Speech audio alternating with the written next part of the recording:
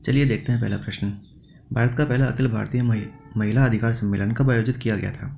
1927, 32, 35 या 45? देखो ये आयोजित किया गया था 1927 के अंदर। नेक्स्ट प्रश्न देखते हैं। केज एक्वाकल्चर के संदर्भ के बारे में विचार करना है। दो ऑप्शन दिए हुए हैं। पहला कह रहा है कि यह केवल इस प्रक्रिया में केवल मछलियाँ उगाई जाती है, मतलब मछलियों की खेती की जाती है। और दूसरा ये कह रहा है कि इस प्रकार की एक्वाकल्चर जल प्रदूषण के साथ साथ यूट्रोफिकेशन को भी कम करती है। इनमें से बताना कौन सा सही है। इसका राइट आंसर है ऑप्शन ए। नेक्स्ट प्रश्न। संविधानवाद का सबसे जो उपयुक्त कथन है उसका सबसे बढ़िया वर्णन कौन सा कर रहा है इन चारों में से?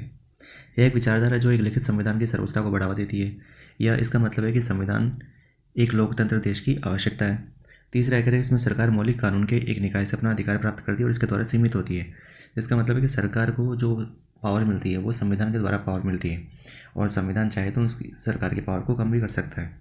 या ऑप्शन डी, इसका मतलब है कि संविधान को नागरिकों को कुछ अपरिहार्य अधिकार प्रदान करने चाहिए। इसका राइट आंसर ऑप्शन सी देखो, क्योंकि संविधान ही सरकार को पावर देता है और संविधान ही उसकी पावर को कम भी कर सकता है, और यही संविधानवाद का सबसे बेहतरीन उदाहरण है। नेक्स्ट प्रश्न देखिए। निम्नलिखित में से कौन सा कारण नहीं है बल्कि इंडियन कॉन्स्टिट्यूशन का, जिसका मतलब है कि संविधान इतना भारी भरकम क्यों बनाया गया है, क्या कारण है उसका? आपको कौन सा कारण नहीं है वो बताना है। क्या देश की विविधता है, केंद्र और राज्य के लिए विस्तृत प्रावधान है अलग अलग बनाए गए, या देश की विशाल जनसंख्या की आवश्यकताओं की पूर्ति करना है, या संविधान स्वतंत्रता के समय भारत के जो शिशु लोकतंत्र के सुचारू संचालन को सक्षम करने के लिए था? इसका राइट आंसर ऑप्शन सी, क्योंकि नहीं कारण नहीं पूछा है। जनसंख्या की आवश्यकता की पूर्ति करना कहाँ संविधान का है? इस कारण थोड़ा ना अपना संविधान इतना भारी भरकम बनाया गया था। अगला प्रश्न। हाल ही में खबरों में रहा पॉइंट कैलिमरे वन्यजीव अभयारण्य किस राज्य में स्थित है? बताइए। तेलंगाना, तमिलनाडु, केरल, कर्नाटक? इसका राइट आंसर है ऑप्शन बी, तमिलनाडु में। निम्नलिखित में से कौन सा युग्म सही सुमेलित है, कौन सा सही मिलान सही है, बताइए।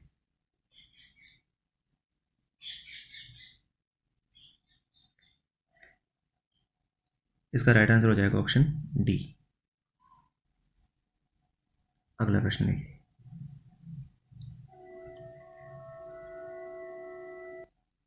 पृथ्वी के जो मेटल और कोर परत है उनके बीच में जो डिसकंटिन्यूटी है वो क्या कहलाती है? रेपेटी, कॉर्नार्ड, या गुटेनबर्ग, या लेमन?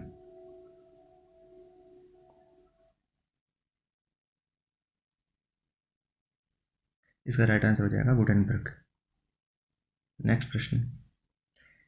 भारत सरकार के पास अपने वनों के प्रबंधन और प्रमाणन के लिए, उनके सर्टिफिकेशन के लिए उनके खुद के स्टैंडर्ड है। या दूसरा, वर्तमान में केवल एक राज्य उत्तर प्रदेश में वन प्रमाणित है। इनमें से कौन सा कथन सही है? दोनों सही है, या एक सही है, दो सही है, या उनमें से कोई भी सही नहीं है? देखो इसका राइट आंसर हो जाएगा ऑप्शन बी, क्योंकि भारत के पास अभी कोई जो अपने वन है उनके जो मैनेजमेंट है या उनके जो सर्टिफिकेशन उनके लिए कोई अलग से स्टैंडर्ड्स नहीं है। अगला ये प्रश्न एकदम सरल है। नॉर्थ स्ट्रीम पाइपलाइन के बारे में कौन सा कथन सही है?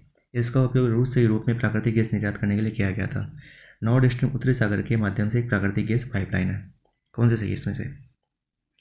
देखो पहला कथन तो सही है, दूसरा कथन गलत है। तो option 1 is the right answer, क्योंकि ये नॉर्थ स्ट्रीम उत्तरी सागर में नहीं है, ये बाल्टिक सागर के माध्यम से सप्लाई करता है प्राकृतिक गैस को। अगला प्रश्न।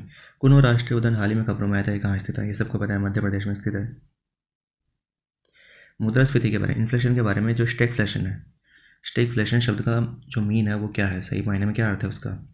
यह मुद्रास्फीति की दर में कमी को संदर्भित करता है, मतलब इन्फ्लेशन डाउन हो रहा है उसको बताता है। या मुद्रास्फीति और बढ़ते रोजगार के संयोजन को संदर्भित करता है, मतलब एक ऐसी कंडीशन किसी भी कंट्री के अंदर जहाँ पर इन्फ्लेशन बढ़ रहा है और रोजगार भी बढ़ रहे हैं, क्या उसको बताता है?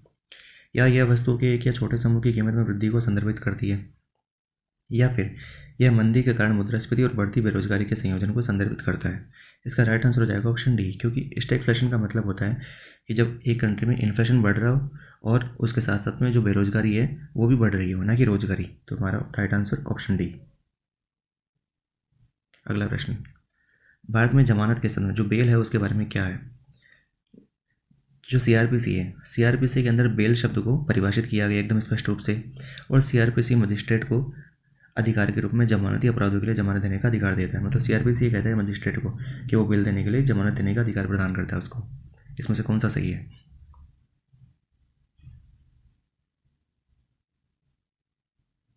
देखो इसका राइट आंसर हो जाएगा ऑप्शन बी, क्योंकि आईपीसी जो सीआरपीसी है, सीआरपीसी में जमानत शब्द को स्पष्ट रूप से परिभाषित नहीं किया गया है। ये धाराओं के रूप में आती है, लेकिन ये धाराओं के रूप में आती है। हाँ, लेकिन दूसरा प्रश्न, ये दूसरा जो कथन है वो सही है। अगला प्रश्न, हड़प्पा के दुर्गों ने निम्नलिखित में से किसके लिए एक सुरक्षा बल के रूप में कार्य किया? असामाजिक तत्वों से सुरक्षा या जंगली जानवरों से सुरक्षा? उन्होंने हड़प्पा के लोगों ने दुर्ग जो फोर्ट वगैरह थे वो किस लिए बनाए थे? ताकि असामाजिक तत्वों से सुरक्षा मिले और जंगली जानवरों से सुरक्षा मिले। तो हमारे दोनों ही कथन सही है, तो option C is the right answer. अगला प्रश्न, पाटलिपुत्र शहर के संदर्भ में नीचे दिए गए नामों में से कौन सा नाम इस शहर से संबंधित नहीं है? वसुमती, पुष्पपुरा, अजीमाबाद? देखो इसका है ऑप्शन डी, क्योंकि तीनों ही नाम इससे संबंधित है। अगला प्रश्न, भारत की अद्यतन राष्ट्रीय स्तर पर आईएनडीसी के बारे में बताना है। आईएनडीसी में पहला कथन कह रहा है कि 2005 के लेवल से 2030 तक अपने जो जीडीपी है उसकी उत्सर्जन तीव्रता को 45% तक कम करना है। ठीक है। 2030 तक गैर जीवाश्म ईंधन आधारित ऊर्जा संसाधनों से लगभग 40% संचय विद्युत शक्ति स्थापित क्षमता प्रदान करना। या तीसरा कथन, 2030 तक 2.5 से 3 बिलियन टन CO2 का एडिशनल कार्बन सिंक बनाना। इनमें से कौन से कथन सही है?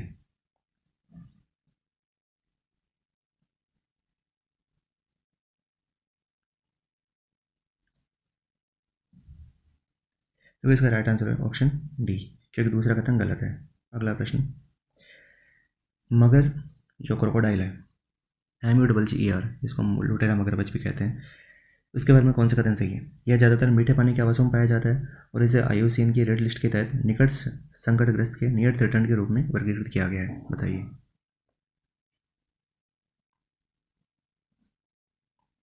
इसका राइट आंसर ऑप्शन ए, क्योंकि ये वल्नरेबल कैटेगरी के अंदर है, ना कि नियर थ्रेटन के अंदर। और पहला कथन सही है, मीठे जो जल है उस पानी में इनका आवास होता है।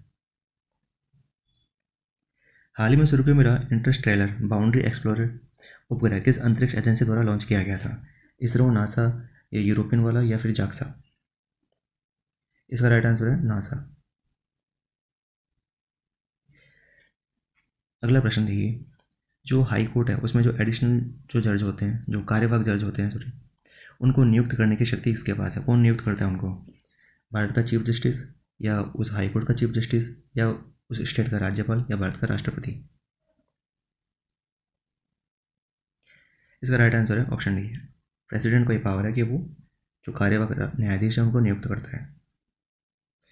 सबसे बड़े जल जलाशयों, महासागर और बर्फ की जो कैप्स हैं, आइस कैप्स हैं, उनके अलावा निम्नलिखित में से किसमें पृथ्वी की सतह पर पानी का प्रतिशत सबसे अधिक है? मिट्टी की जो नमी है उसमें, नदियों में, झरनों में, नालों में, उनमें, या झीलों में, या फिर ग्राउंड वाटर में?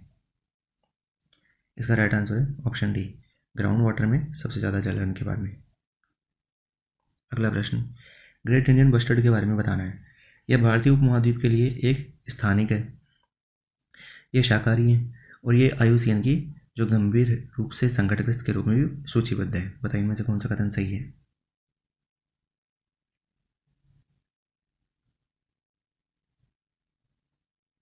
इसका राइट आंसर हो जाएगा ऑप्शन सी, क्योंकि दूसरा कथन गलत है, ये शाकाहारी नहीं होते। अगला प्रश्न, हाल ही में समाचारों में मिला गुइंडी राष्ट्रीय उद्यान, गुइंडी नेशनल पार्क कहाँ पर स्थित है? आंध्रा, कर्नाटक, तमिलनाडु, केरल? देखो ये तमिलनाडु में स्थित है। नेक्स्ट, किस प्रकार की बेरोजगारी में जो पढ़े लिखे हैं, BA MA वाले जो डिग्री धारक जो युवा हैं उनको नौकरी नहीं मिल पाती है, तो ऐसी कंडीशन में वो कौन सी बेरोजगारी कहते हैं? देखो ये है शैक्षिक बेरोजगारी।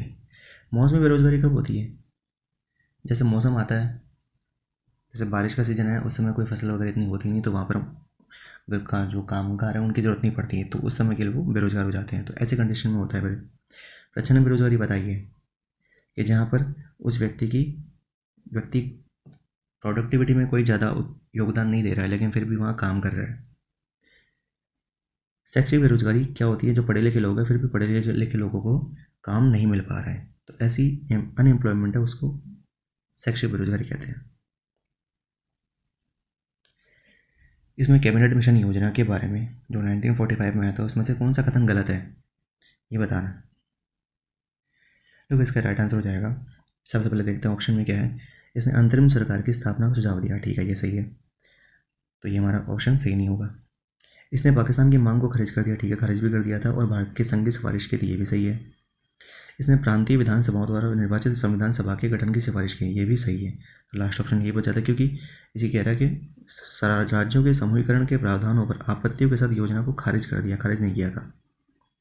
तो हमारा राइट ऑप्शन क्या है? ऑप्शन डी, क्योंकि इसमें पूछा कौन सा कथन सही नहीं है, तो ये कथन सही नहीं है। ये जब सही नहीं है तो ये हमारा सही हो जाएगा। निम्नलिखित में से किस ग्रह का सौरमंडल में औसत घनत्व सबसे अधिक है? ये तो पृथ्वी का सबसे अधिक है। इस्लामिक बैंकिंग अभी हाल ही में 1-2 महीने पहले आया भी था ये अखबारों में भी। ये किसको संदर्भित करता है? पहला ऑप्शन, बैंक केवल इस्लाम धर्म का पालन करने वाले लोगों के लिए काम करते हैं, मतलब जो इस्लाम धर्म को मानने वाले हैं उन्हीं लोगों के लिए बैंक काम करते हैं। या फिर शरिया अनुपालन सिद्धांतों के अनुसार ये बैंकिंग व्यवस्था चलाता है, जैसे शरिया में जो लिखा हुआ है उसी के अनुसार इनकी बैंकिंग जो प्रणाली होती है वो उसी के अनुसार होती है। या फिर तीसरा ऑप्शन, कि जहाँ पर मुस्लिम लोग जाते हैं वहीं पर उनकी शाखाएं खोलना और उन्हीं पर बैंकिंग प्रणाली को चलाना। या ऑप्शन डी, मुस्लिम बहुल क्षेत्रों में स्थित बैंकों में इस्लाम का पालन करने वाले लोगों को काम पर रखना। इसका राइट आंसर ऑप्शन बी, क्योंकि शरीयत के नियमों के हिसाब से इनके बैंकिंग के नियम होते हैं, जैसे ब्याज वगैरह नहीं लेना, इस हिसाब से। EIA एनवायरनमेंट प्रभाव आकलन के बाद किसी परियोजना के अनुमोदन का अंतिम निर्णय किसके पास होता है?